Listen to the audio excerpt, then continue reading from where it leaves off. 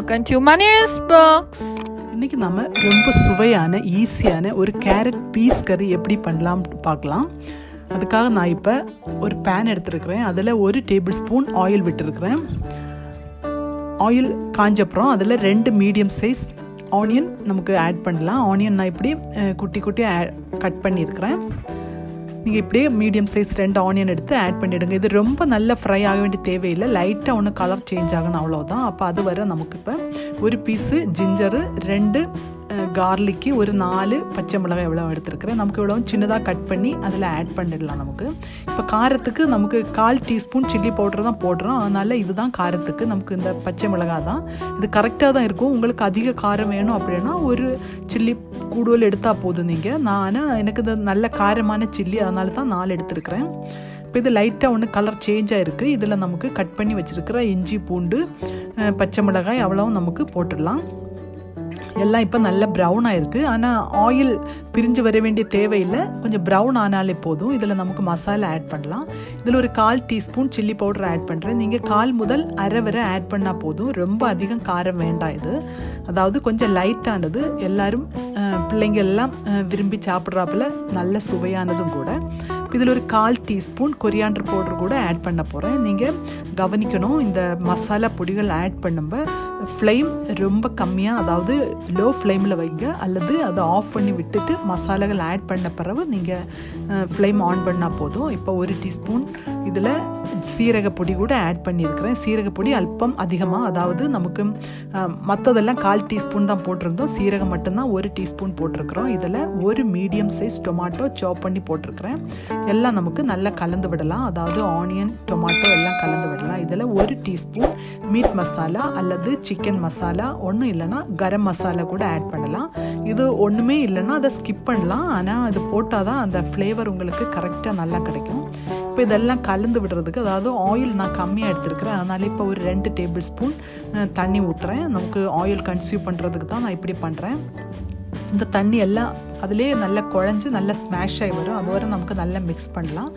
பாருங்கள், நல்லா குழஞ்சி வந்திருக்கு. நான் க்ளோஸ் பண்ணி ஓப்பன் பண்ணி இப்படி நீங்கள் பண்ணி வச்சோன்னா நல்லா ஸ்மாஷ் ஆகி வரும். நீங்கள் லோ ஃப்ளேம்லேயே வச்சு குக் பண்ணிவிடுங்க, அல்லது தீஞ்சு போகும். இது கரெக்டாக இருக்கும் உங்களுக்கு. இப்போ நல்லா அந்த ஸ்பூனாலே கொஞ்சம் ஸ்மாஷ் பண்ணி விட்டாச்சுன்னா அது கரெக்டாக இருக்கும் உங்களுக்கு. பாருங்கள், இப்போ நான் இதில் ஒரு 1/2 கப்பு க்ரீன் பீஸ் நான் குக் பண்ணி, அதாவது முந்தின நாள் சோக் பண்ணி குக்கரில் போட்டு குக் பண்ணி வச்சுருக்கிறேன். இதில் உங்கள்கிட்ட இப்போ ஃப்ரெஷ் பீஸ் அல்லது ஃப்ரோசன் பீஸ் இருக்கிறதா இருந்தால் அதே ஆட் பண்ணலாம். அது கொஞ்சம் வித்தியாசமான டேஸ்ட்டாக இருக்கும், நல்ல டேஸ்ட்டாக இருக்காது. இப்போ என்கிட்ட அந்த ஃப்ரோசன் பீஸ் இப்போ இல்லை, அதனால் நான் இப்போ ட்ரை நம்ம க்ரீன் பீஸ் எடுத்து தண்ணியில் சோக் பண்ணி நான் குக்கரில் போட்டு குக் பண்ணி கொண்டு வந்திருக்கிறேன். இதில் இப்போ நமக்கு நம்ம மெயின் இன்க்ரீடியண்ட்டான அந்த கேரட்டு கூட எடுத்துருக்கணும். அதாவது 2 மீடியம் கேரட் எடுத்து நான் இப்போ ஓவனில் வச்சு ஒரு 5 மினிட்ஸ் குக் பண்ணி எடுத்துருக்கிறேன். நான் ஃபாஸ்ட் ஆகிறதுக்கு வேண்டி தான் அப்படி பண்ணியிருக்கிறேன். நீங்கள் ஃப்ரெஷ் கேரட்டாக இருந்தாச்சுன்னா இந்த இதில் போட்டு மசாலில் போட்டு கொஞ்சம் தண்ணி ஊற்றி நீங்கள் ஒரு 5 மினிட்ஸ், ஒரு 5-10 மினிட்ஸ்லேயே அது குக் ஆகிடும். அப்படி போட்டாலே போதும். நான் இப்போ ஃபாஸ்ட் ஆகிறதுக்கு தான் நான் இப்படி குக் பண்ணி கொண்டு வந்து அதில் கொட்டுறேன். அப்போ இதெல்லாம் நமக்கு ஒன்று கலந்து விட்டுட்டு இதிலே இந்த பீஸு குக் பண்ணி வச்சுருக்கிற பீஸ் கூட ஆட் பண்ணலாம். நான் பீஸு எல்லாம் கம்ப்ளீட்டாக ஆட் பண்ணுறதில்ல, கொஞ்சம் 1 டேபிள் ஸ்பூன் மாற்றி வச்சுட்டு நான் ஆட் பண்ணுறேன். தேவைக்கு நீங்கள் உப்பு போட்டுடுங்க. இப்போ உங்கள் கரெக்ட் டேஸ்ட்டு பார்த்து உப்பு ஆட் பண்ணுங்கள். நான் எல்லாம் 1 டேபிள் ஸ்பூன் மாற்றி வச்சுட்டு பாக்கி எல்லாம் அதில் மிக்ஸ் பண்ணுறேன். அதாவது 1 டேபிள் ஸ்பூன் நான் அரைச்சி ஆட் பண்ண போகிறேன், நம்ம கிரேவிக்கு கொஞ்சம் கூட திக்னஸ் கிடைக்கிறதுக்காக.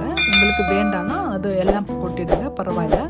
இப்போ எல்லாம் ஒன்று கலந்து விடலாம் நமக்கு. அதாவது அந்த மசாலா எல்லாம் அந்த பீஸு கேரட்டு அதில் பிடிச்சா நல்ல டேஸ்ட்டாக இருக்கும். அப்போ அதனால தான் எல்லாம் கலந்து விட்டுருக்கு நமக்கு. இப்போ இதில் நமக்கு கொஞ்சம் ஹாட் வாட்டர் ஊற்றணும், பச்சை தண்ணி ஊற்ற வேண்டாம். அதாவது நமக்கு இந்த மசாலா நல்ல திக்காக இருக்குது, அதனால் ஹாட் வாட்டர் தான் எகெயின் ஊற்றணும்னா ஊற்றணும். இப்போ எங்கள் மனேராஸ் பாக்ஸ் சேனல் சப்ஸ்கிரைப் பண்ணாதவங்க மனேராஸ் பாக்ஸோட ஓரத்தில் ரெட் கலரில் சப்ஸ்கிரைப் பட்டன் இருக்குது, அதை கிளிக் பண்ணியாச்சுன்னா பெல் பட்டன் வரும். அது கூட கிளிக் பண்ணியாச்சுன்னா ஆல்னு சொல்கிற ஆப்ஷன் வரும்.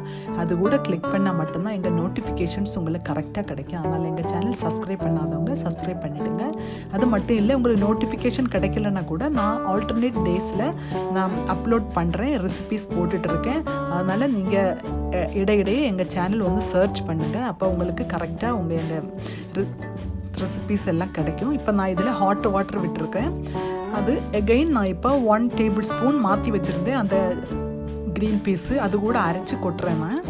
இது உங்களுக்கு கிரேவி கொஞ்சம் திக் ஆகிறதுக்கு தான். உங்களுக்கு வேண்டான்னா ஸ்கிப் பண்ணிடலாம். இப்போ கிரேவி கரெக்டாக திக்காக இருக்குது. நீங்கள் இப்போ சால்ட் எல்லாம் கரெக்டானு பார்த்துடுங்க.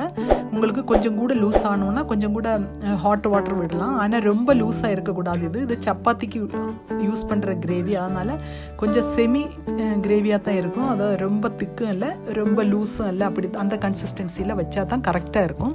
இப்போ இதெல்லாம் குக் ஆயாச்சு. நல்ல கொதி வந்து நல்ல எல்லாம் எனக்கு கரெக்டாக இருக்குது. நான் கொண்டு வந்திருக்கிறேன். இது ரொம்ப சுவையானது, அதிக மசாலா கூட இல்லை. இது ரொம்ப ஈஸியாக ஒரு 10 மினிட்ஸ்லேயே உங்களுக்கு வேலை விட முடியும். அப்போ மசாலா அதிகமாக இல்லாததுனால பிள்ளைங்க கூட விரும்பி சாப்பிடுவாங்க. காரம் அதிகமாக இல்லாததுனால உங்கள் எல்லாருக்கும் அந்த சீரகத்தோட ஃப்ளேவர் கொஞ்சம் அதிகமாக வரும். அது எல்லாருக்கும் நல்லா பிடிக்கும். அது ஸ்பெஷல் டேஸ்ட்டோட ஒரு நார்த் இந்தியன் டிஷ் இது. இப்போ நீங்கள் எல்லோரும் ட்ரை பண்ணுங்கள். எங்கள் சேனல் சப்ஸ்கிரைப் பண்ணாதவங்க சப்ஸ்கிரைப் பண்ணுங்கள். உங்கள் ஃப்ரெண்ட்ஸுக்கெல்லாம் ஷேர் பண்ணுங்கள். தேங்க்யூ.